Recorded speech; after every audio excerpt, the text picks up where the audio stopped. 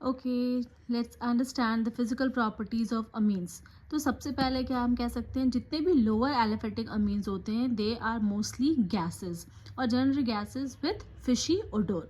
और जैसे जैसे हम आगे बढ़ेंगे, जैसे 1 डिग्री अमीन है, 1 डिग्री अमीन जिसमें 3 से 4 कार्बन होते हैं and they are generally liquids. और अगर हम उससे भी ज़्यादा ऊपर चले जाएंगे then they are solids. Okay, so the first physical property amine is that the lower aliphatic amines are gases with fishy odor.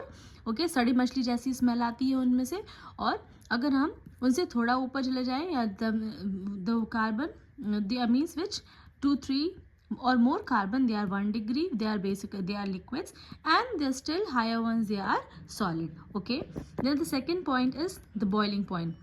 हमारे 1 डिग्री एंड 2 डिग्री अमीन्स जो होते हैं हम जानते हैं they are capable of forming the intermolecular hydrogen bonding between the nitrogen atom of one molecule and the hydrogen atom.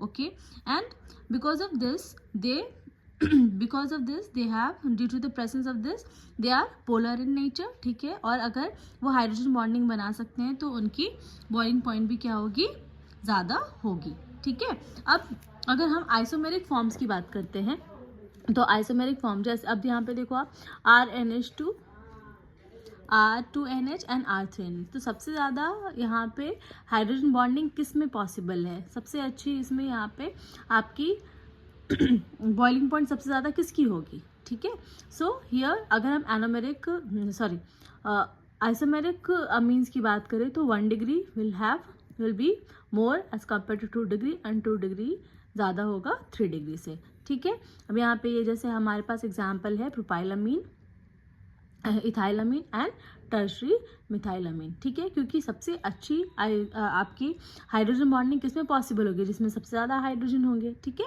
As compare to the one which is having less number of hydrogen. इसके बाद अगर हम solubility की बात करते हैं तो aliphatic amines they are of aliphatic amines of lower molar mass, they are soluble in water. With increase in molar mass the solubility in water decreases. ठीक है, अब ऐसा क्यों है, अब aliphatic amines जो होते हैं they are soluble in water क्योंकि वो हाइड्रोजन बॉन्डिंग बना सकते हैं.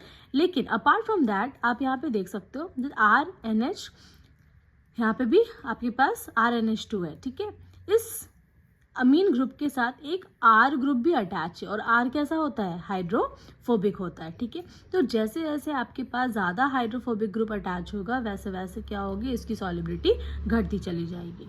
ठीक है, तो ये आपका 3 पॉइंट्स हो गए आपके फिजिकल प्रॉपर्टीज़ की. पहला दैट जितने भी लोअर एलिफेटिक अमीन्स होते हैं दे आर गैसियस